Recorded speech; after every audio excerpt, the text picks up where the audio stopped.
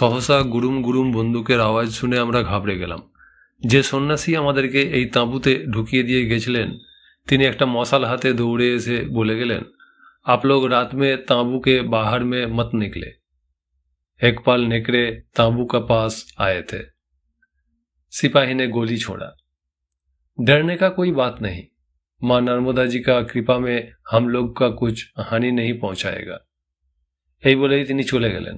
আমরা সান্ধ্যক্রিয়াতে বসলাম। সান্ধ্যক্রিয়ার পর যে যার বিছানায় কম্বল গায়ে শুয়ে পড়লাম। ঘুম ভাঙল সকাল 6:30টায়। অন্যান্য তাঁবুতে তাঁবুতে তখন শাঁখ, ঘণ্টা এবং ডমরুর আওয়াজ উঠেছে। বুঝলাম আজ 8ই ফাল্গুন শিব চতুর্দশী। শেষ রাত থেকে মহাত্মার তাঁবুতে শিব পূজা আরম্ভ হয়েছে। শীতের প্রকোপ একটু কমেছে বলেই মনে হলো। আমরা প্রাতঃকৃত্য সেরে নর্মদায় স্নান করতে নামলাম যখন, তখন 8:30 বেজেছে। পূর্বেই বলেছি এখানে নর্মদার জল কম। কালকের মতোই কমণ্ডলু ডুবিয়ে ডুবিয়ে গায়ে মাথায় জল ঢেলে স্নান করছি এমন সময় সেই সন্ন্যাসী আমাদের কাছে এসে বলে গেলেন, আজ বেলা 12 बजने से गुरुजी का साथ आप लोगों का भेंट होगा। এই বলে পাড়ে उठते उठते बोलें, यहाँ से करीबी 200 गज बाहर जाने से यही दक्षिण तट में एक जगह में पानी गहरा है। उधर पानी में हर वक्त शिवलिंग धाबरी कुंड का माफिक ठिकराता है। नर्मदा माई का कृपा से शिवलिंग मिल जाए तो आज शिवरात्रि में पूजा का मौका मिल जाएगा। আমরা তাঁর কথায় বেশ কতকটা এগিয়ে যাওয়ার পর পাহাড়ের খোঁড়ে নর্মদার জল জমে আছে দেখলাম। জল প্রায় 4-5 ফুট গভীর বলে মনে হলো। আমরা সেই জলে তর্পণ আদি ক্রিয়া করতে আরম্ভ করলাম। আমাদের তর্পণকালেই মাঝে মাঝে একটা দুটো করে ছোট ছোট শিবলিঙ্গ ঠিকরে এসে পড়তে লাগলো। 10টা শিবলিঙ্গ ঠিকরে এসে পড়েছিল চট্টানের উপর। ছোট ছোট শিবলিঙ্গ আমরা প্রত্যেকেই এক একটা কুড়িয়ে নিয়ে বাকি দুটো মাথায় ঠেকিয়ে জলের মধ্যে ছেড়ে দিলাম। তাঁবুতে ফিরে যত্ন করে ঝোলাতে রেখে জপ করতে বসলাম। জপ সেরে যখন উঠলাম তখন 10:30 বেজে গেছে। একটু পরেই সেই সন্ন্যাসী একজন ব্রহ্মচারীর সাহায্যে প্রায় 2 ডজন কলা এবং কিছু মূল নিয়ে এসে বললেন, আপকো ভিক্ষা কে লিয়ে। সন্ন্যাসী ব্রহ্মচারীকে নিয়ে চলে যেতেই আমরা ফলমূলের সদ্ব্যবহার করতে লাগলাম। ভোজনের পর ঘড়ির কাঁটার দিকে তাকিয়ে বসে রইলাম সবাই। কখন 12টা বাজে সেই আশায়। 11:30 বাজল। রঞ্জন তার ঘড়িটা আমাদের সামনেই রেখে দিয়েছে।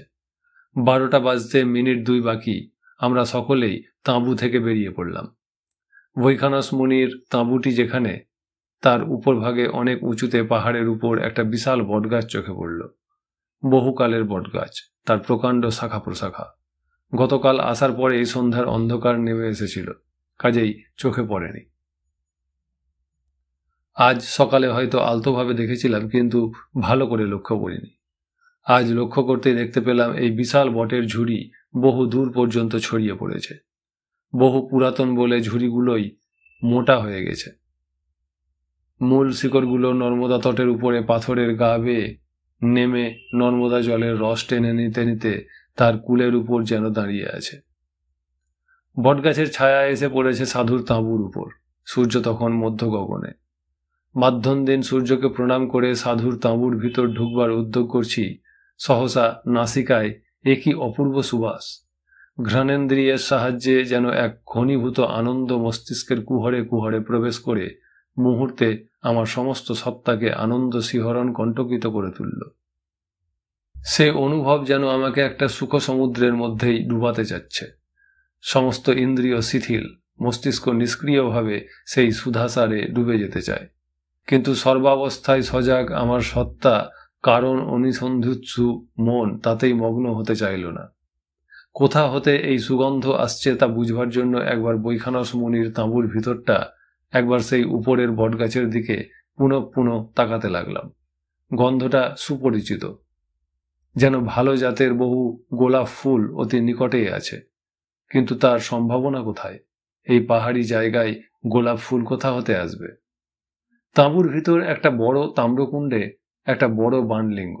সাধু পূজা করছেন, বিল্লপত্র এবং অনেক বনপুষ্প শিবলিঙ্গের মাথায়, কিন্তু একটা গোলাপ ফুলও তো দেখছি না। সাধু আমাদের দিকে তাকিয়ে হাসতে হাসতে বলে উঠলেন, আগচ্ছ আগচ্ছ অত্র অধিষ্ঠানং কুরু। আমরা সকলেই তাঁকে নম নারায়ণায় জানিয়ে বসে পড়তেই তিনি বললেন, वही पुष्पसार सौरभ इधर से नहीं, वो आता है वट वृक्ष से, क्योंकि उधर कोई वक्त शैवाचार्य दुर्वासा मुनि आकर तप किए थे। आज शिवरात्रि है, मैं सोचता हूँ शिव स्वरूप महर्षि दुर्वासा जी का उधर आविर्भाव हुआ। এই বলেই তিনি সমাধিস্থ হয়ে পড়লেন। আমি হরানন্দজির কানের কাছে মুখ নিয়ে গিয়ে ফিসফিস করে বললাম, মরাইয়া বাবার কথা যে সত্য তা মহাত্মার এক কথাতেই প্রমাণ হয়ে গেল। প্রায় 25 মিনিট পরে 2-3 বার ঝাঁকুনি খেয়ে বৈখানস মুনি উত্থিত হলেন সমাধি হতে। সমাধি ভঙ্গের পরেই মহানন্দ স্বামীর দিকে তাকিয়ে বললেন, আজ এই শিবরাত্রির মতো পবিত্র দিনে স্বয়ং শিবের অংশ মহর্ষি দুর্বাসার পূর্ণ জীবন অনুধ্যান করেই দিবা ভাগ কাটাতে চায়। তাঁর সম্বন্ধে যা জানো তা বলতে থাকো। তুমি তোমার মাতৃভাষাতেই বলো, আমি বুঝতে পারবো। বৈখানস মুনির আদেশ শিরোধার্য করে মহানন্দ স্বামী বলতে লাগলেন, ঋগ্বেদে এবং অথর্ববেদের বহু মন্ত্রের দ্রষ্টা অত্রি ঋষির ঔরসে এবং কর্দম প্রজাপতির কন্যা মহাসতী অনুসুয়ার গর্ভে দুর্বাসা ঋষির জন্ম হয়। নর্মদার উত্তর তটে ওঙ্কার মান্ধাতার নিকটস্থ এক পর্বতে অত্রি এবং অনুসুয়া পুত্র লাভ কামনায় যখন তপস্যা করছিলেন, সেই সময় একদিন অনুসুয়ার সতীত্ব পরীক্ষার জন্য ব্রহ্মা বিষ্ণু মহেশ্বর ব্রাহ্মণ অতিথি রূপে তাঁর দ্বার দেশে এসে উপস্থিত হন। ওই সময় অত্রি ঋষি ধ্যানমগ্ন ছিলেন। অনুসুয়া অতিথি সৎকারের উদ্যোগ করতেই ব্রাহ্মণ বেশধারী ওই 3 দেবতা তাকে জানালেন যে পুত্র রূপে তাদেরকে কোলে নিয়ে ভোজন করাতে হবে, নতুবা তাঁরা আতিথ্য গ্রহণ করবেন না। অনুসুয়া ওই 3 অতিথির গায়ে স্বামীর পাদদক ছিটিয়ে দিয়ে বললেন, বালো ভব। ওই 3 দেবতা পাদদকের প্রভাবে বালক রূপে রূপান্তরিত হয়ে যেতেই অনুসুয়া তাদেরকে কোলে বসিয়ে খাইয়ে দিলেন। সতীর এই মহিমায় মুগ্ধ হয়ে 3 দেবতায় তাঁর পুত্র রূপে জন্মগ্রহণ করেন। ব্রহ্মার অংশে সোম, বিষ্ণুর অংশে দত্তাত্রেয় এবং মহেশ্বরের অংশে দুর্বাসা। দুর্বাসা তপপ্রভাবে তেজের আধার ছিলেন বটে, তবে অত্যন্ত কোপন স্বভাবের ছিলেন। তাঁর কোপানলে অনেকেই দগ্ধ হন। ঔর্ব মুনির কন্যা কন্দলীকে তিনি বিবাহ করেন। বিবাহের সময় দুর্বাসা প্রতিজ্ঞা করেন যে স্ত্রীর শত অপরাধ তিনি মার্জনা করবেন। তদ অনুসারে তিনি কন্দলী দেবীর শত অপরাধ মার্জনা করার পর তাকে ভস্ম করে ফেলেন। দুর্বাসার প্রসন্ন আশীর্বাদে অনেকের আবার সিদ্ধিলাভ ঘটেছিল। পাণ্ডব জননী কুন্তী যখন কুন্তীভোজের গৃহে ছিলেন, সে সময় তাঁর সেবায় তুষ্ট হয়ে দুর্বাসা তাঁকে আহ্বান মন্ত্র দান করেন, যার ফলে সূর্য, ধর্ম, পবন, ইন্দ্র প্রভৃতিকে আহ্বান করে কুন্তী কর্ণ, যুধিষ্ঠির, ভীম ও অর্জুনকে পুত্ররূপে লাভ করতে পেরেছিলেন। একবার দুর্বাসা ভ্রমণ করতে করতে এক অপ্সরার শ্রদ্ধার্ঘ্য হিসাবে সন্তানক পুষ্পমাল্য লাভ করেন। তিনি ইন্দ্রকে দেখতে পেয়ে সন্তানক মালা দিয়ে আশীর্বাদ করেন, কিন্তু স্বর্গরাজ সেই মালা নিয়ে ঐরাবতের গলায় নিক্ষেপ করে। মদমত্ত হস্তি ছুঁড়ে করে তা নিয়ে ছিন্ন ভিন্ন করে মাটিতে ফেলে দেয়। ক্রুদ্ধ মহর্ষি অভিসম্পাত করেন, শীঘ্রই তুই স্বর্গভ্রষ্ট ও শ্রীভ্রষ্ট হবি। তাঁর শাপে ইন্দ্র যে শ্রীভ্রষ্ট হয়ে চরম দুর্দশাগ্রস্ত হয়েছিলেন তা মহাভারত ছাড়াও একাধিক পুরাণে লিপিবদ্ধ আছে। স্বয়ং বেদব্যাস মহাভারতের 128তম অধ্যায়ে যে সকল মুনি সমস্ত প্রাণীর সৃষ্টিকর্তার তুল্য এবং লোকপাবন রূপে কীর্তিত হন, তাঁদের নামোল্লেখ করতে গিয়ে মহামুনি দুর্বাসারও নামোল্লেখ করেছেন। তজ্যথা স্রষ্টারহ সর্বভূতানাং কীর্তিতা লোকপাবনাঃ সংবর্ত মেরু সাবর্ণ মার্কণ্ডেয়শ্চ ধার্মিক সাংখ্য যোগৌ কপিলশ্চ দুর্বাসাশ্চ মহান ঋষিঃ অত্যন্ত তপসো দাস্তাস্ত্রীষু লোকেষু বিশ্রুতা। সংবর্ত, মেরু সাবর্ণ, মার্কণ্ডেয়, সাংখ্য প্রণেতা কপিল, যোগরচয়িতা পতঞ্জলি, নারদ ও মহর্ষি দুর্বাসা ইহারা অত্যন্ত তপস্বী, জিতেন্দ্রীয় এবং ত্রিভুবনে বিখ্যাত। পাণ্ডবদের বনবাসকালে দুর্যোধন দুর্বাসাকে অনুরোধ করেন 10,000 শিষ্য নিয়ে পাণ্ডবদের অতিথি হতে। ঋষি দুর্যোধনের দুষ্ট অভিপ্রায় জেনেও পাণ্ডবদের অতিথি হন। সে সময় তাঁদের মধ্যাহ্ন ভোজন হয়ে গেছিল। তাঁরা তাঁদের একমাত্র শরণং সুহৃদ শ্রীকৃষ্ণকে স্মরণ করেন আকুল হয়ে। রন্ধনস্থলীর এক কোণে একটা শাকের টুকরো পড়েছিল তাই খেয়ে পুণ্ডরীকাক্ষ উদ্গার তুললেন। তাতেই সশিষ্য দুর্বাসা স্নানের ঘাট হতেই পালিয়ে যান। শ্রীকৃষ্ণের অলৌকিক শক্তি বলে দুর্বাসার কোপ হতে পাণ্ডবরা সেবারে কোনো মতে রক্ষা পান। দুর্যোধন ভেবেচিন্তে বনবাসী দারিদ্র্যক্লিষ্ট পাণ্ডবদের অতিথি হতে বেছে বেছে দুর্বাসাকেই পাঠিয়েছিলেন, কারণ তিনি দুর্বাসাকে জানতেন, কোপন স্বভাব ওই একমাত্র ঋষি যিনি তুষ্ট রুষ্ট ক্ষণে ক্ষণে। পাণ্ডবরা তুষ্ট করতে না পারলে তাদের সর্বনাশ অনিবার্য। শ্রীকৃষ্ণ একবার দুর্বাসার স্বরূপ প্রকাশ করতে গিয়ে যুধিষ্ঠিরকে বলেছিলেন, সচাপি ব্রাহ্মণ ভূত্তা দুর্বাসা নাম বীর্যবান দারবত্তাং মম গৃহে চিরং কালমুপাবাসৎ। মহাদেবের অপার মহিমার কথা বর্ণনা করতে করতে শ্রীকৃষ্ণ এই শ্লোকটি উচ্চারণ করেছিলেন। কাজেই এখানে সচাপি শব্দটির অর্থ সেই মহাদেবী বা স্বয়ং মহাদেবী দুর্বাসা নামে দ্বারকা নগরে আমার গৃহে অতিথি হিসাবে বাস করেছিলেন। কাজেই শ্রীকৃষ্ণও দুর্বাসাকে যে স্বয়ং শিবস্বরূপ জ্ঞান করতেন তা এখানে প্রকারান্তরে স্বীকার করেছেন। বেদব্যাস মহাভারতের 137তম অধ্যায়ে শ্রীকৃষ্ণের মুখ দিয়ে দুর্বাসার একটি জীবন্ত আলোক্য ফুটিয়ে তুলেছেন।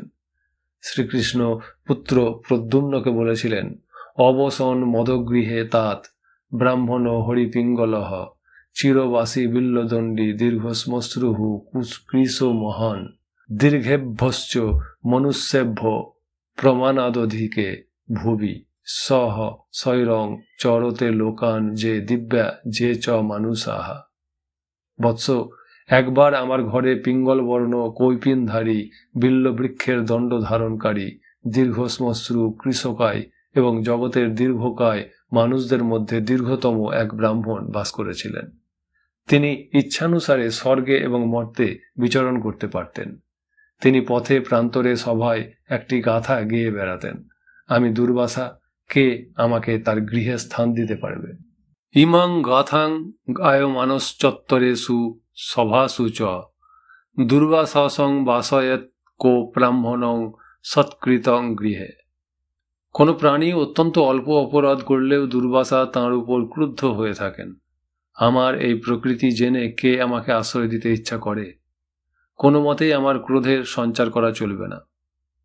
তাঁর কঠোর নিয়ম শুনে কেউ তাকে স্বগৃহে অতিথি রূপে আবাহন করতে সাহস করল না। আমি তখন স্বগৃহে ডেকে এনে বাস করাতে আগ্রহী হলাম।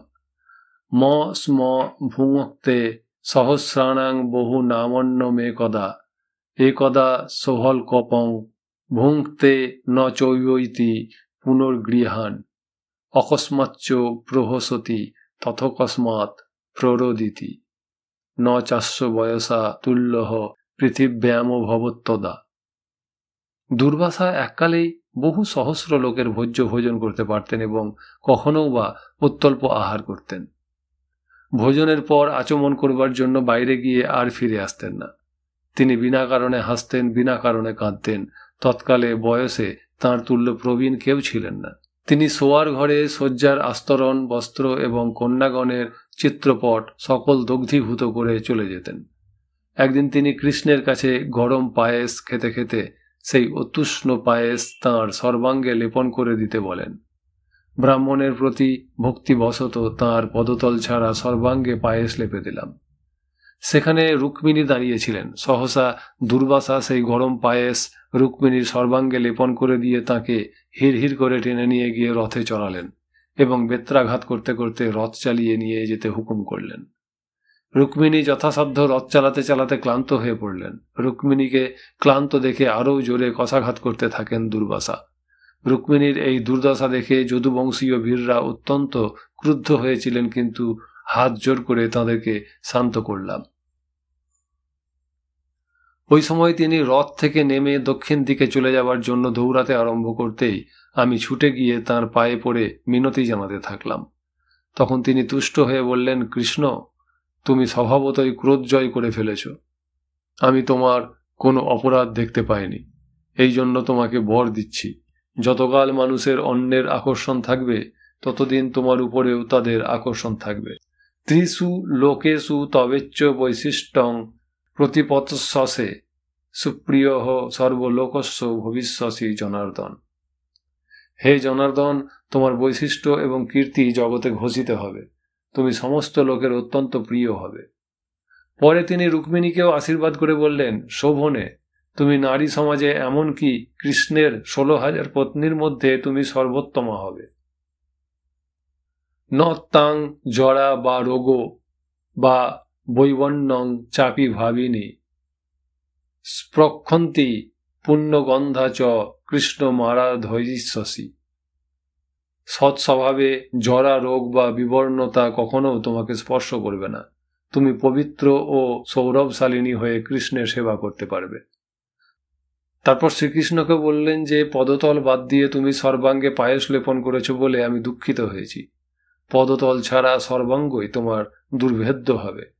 তোমরা এবার ঘরে প্রবেশ করে দেখো যে তোমার যে যে দ্রব্য ছিন্ন ভিন্ন বা দগ্ধ করেছিলাম সে সমস্তই সেই রূপী কিংবা তদপেক্ষা উৎকৃষ্ট হয়ে গেছে।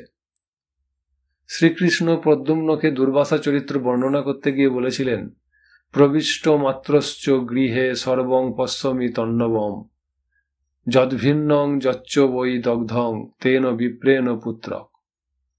আমরা ঘরে প্রবেশ করেই দেখলাম দুর্বাসা যেসব দ্রব্য বিদীর্ণ বা দগ্ধ করেছিলেন সে সমস্তই নূতন হয়ে গেছে।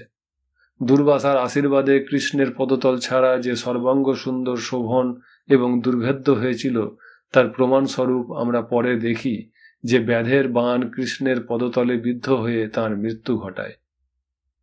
রামায়ণেও দেখি রামচন্দ্র যখন নির্জনে বসে কালপুরুষের সঙ্গে বাক্যালাপ করছিলেন তখন দুর্বাসা তাঁর সাক্ষাৎ প্রার্থী হন।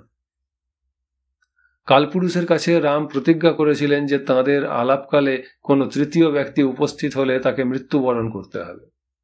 দুর্বাসার অভিসম্পাতের ভয়ে লক্ষ্মণ সেই পরামর্শ স্থলে উপস্থিত হয়ে দুর্বাসার আবির্ভাব সংবাদ দিতে বাধ্য হওয়ায় রামচন্দ্র লক্ষ্মণকে বর্জন করেন।